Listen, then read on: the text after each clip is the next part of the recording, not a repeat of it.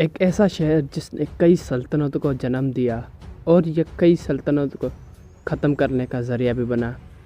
اس نے بہت سی سلطنتیں دیکھی اور بہت سی جنگیں بھی دیکھی۔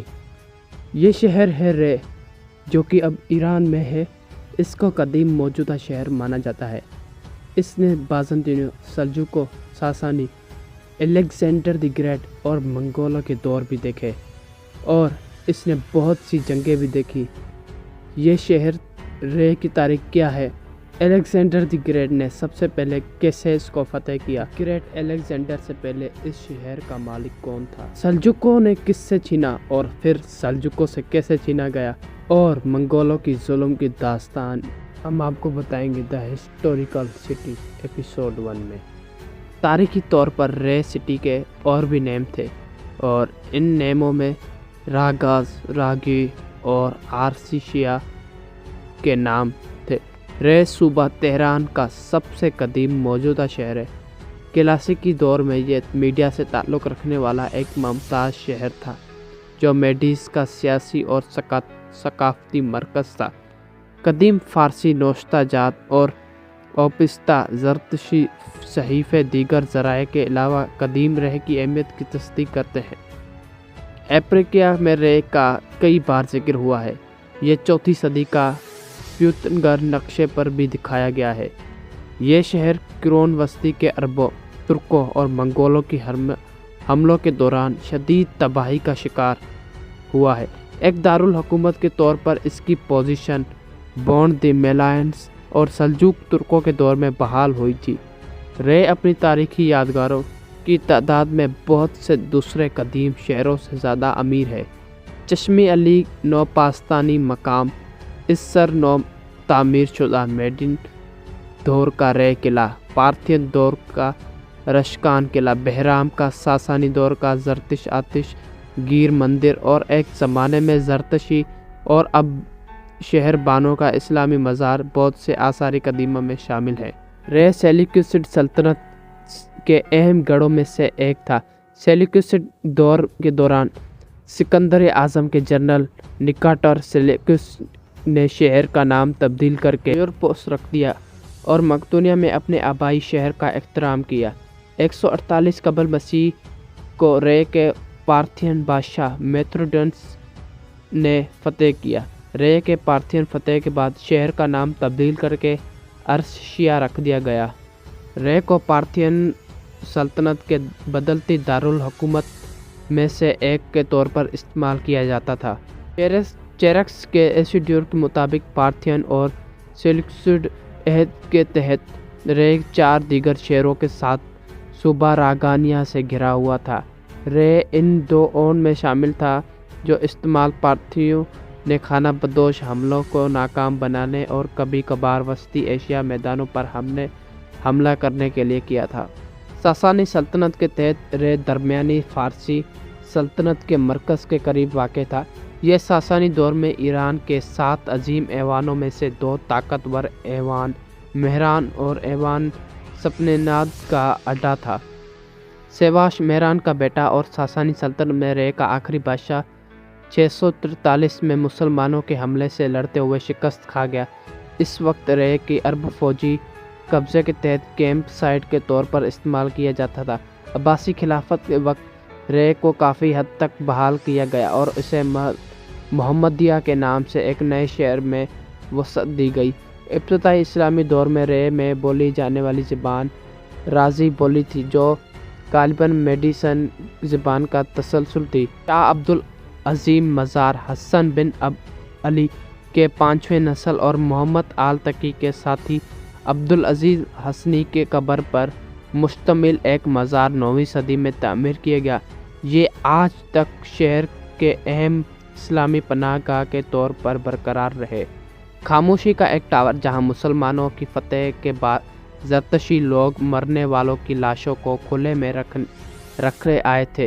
10ویں صدی میں رے کے ایک امیر باشندے نے ایک پہاڑی پر تعمیر کروایا۔ یہ ٹاور آج کھنڈرات میں ہے اور اسے گبرا کے نام سے منسوب کیا گیا ہے، ایک اصطلاح جو زرتشتی کو ظاہر کرتی ہے جسے مسلمانوں کے فتح کے بعد اپنایا گیا۔ مبینہ طور پر جلد ہی مسلمانوں نے اسے اپنے قبضے میں لے لیا تھا۔ اس کے علاوہ 10ویں صدی کا بی بی شہر بانو مزار بھی ہے، جو ایک سابق زرتشتی مندر کا مقام ہے، جو پانی کی قدیم ایرانی دیوی انہیت کے لیے وقف ہے۔ مندر کو ایک مسلم مزار میں تبدیل کر دیا گیا، جس کا دعویٰ شہر بانو کی تدفین ہے، جو کہ ایک افسانوی ساسانی شہزادی تھی جسے مسلمانوں نے گرفتار کر لیا تھا اور محمد کے پوتے حسین ابن علی سے شادی کی تھی۔ یہ امکان ہے کہ شہر بانو کا نام، جس کا مطلب ہے زمین کے خاتون، در حقیقت انابیتا کی طرف منسوب ہے، جس کا لقب بانو خاتون تھا۔ رے بولٹ خاندانوں کے دارالحکومت میں سے ایک تھا۔ یہ ان شہروں میں سے تھا جو تیزی سے پوسٹل سروس سے لیس تھے، جو بنیادی طور پر سرکاری ڈاک کے طور پر استعمال کیا جاتا تھا۔ رے 11ویں صدی میں سلجوق سلطنت کا دارالحکومت بھی تھا۔ اس وقت کے دوران رے کا شہر اپنے سب سے بڑے پھیلاؤ پر تھا۔ اس نے عظیم شہری بازار تیار کیا تھا، جس نے اس کے پڑوسی علاقوں کو بھی فائدہ پہنچایا، بشمول تہران کا ایک چھوٹا شہر، اور ریشم کی بنائی ایک قابل ذکر مرکز بن گیا تھا۔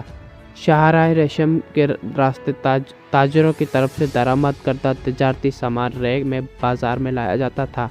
اس دور سے زندہ رہنے والے یادگاروں میں سے ایک 12ویں صدی کا توغرل ٹاور ہے، جو کہ 1140 میں تعمیر کیا گیا۔ اینٹوں کا مینار، یہ جو سلجوق سلطنت کے بانی توغرل اول سے منسوب ہے۔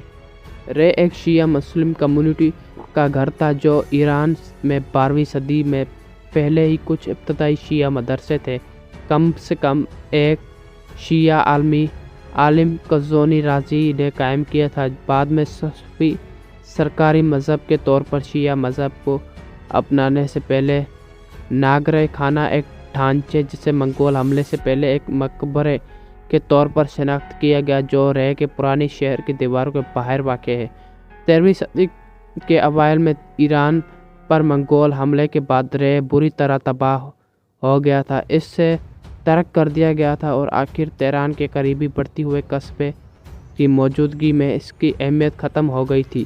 رے تیموری سلطنت کے پورے دور میں لاوارث رہا۔ رے میں ایک فارسی جغرافیہ دان امین رازی، جو صفوی خاندان کے زمانے میں رہتے تھے، اپنے آبائی شہر کے باغات اور نہروں کی مثال کثرت کی تصدیق کرتے ہیں۔ 1618 میں اطالوی مصنف پیٹرو ڈیلا ویلی نے رے کو ایک بڑے شہر کے طور پر بیان کیا، جس میں بڑے باغات تھے، جو ایک صوبائی گورنر کے زیر انتظام تھا، لیکن شہری نہیں تھا اور ایسا لگتا تھا کہ آباد ہی نہیں ہے۔ شاہ عبدالعظیم اور بی بی شہر بانو کے مزارات ایران بھر میں دیگر مذہبی عبادت گاہوں کے علاوہ ابتدائی جدید دور میں خاص طور پر تعمیر نو کی گئی فن تعمیر کی تکنیکوں کو استعمال کرتے ہوئے جو صفوی خاندان کے زمانے سے قاجار خاندان کے زمانے تک تیار کی گئی۔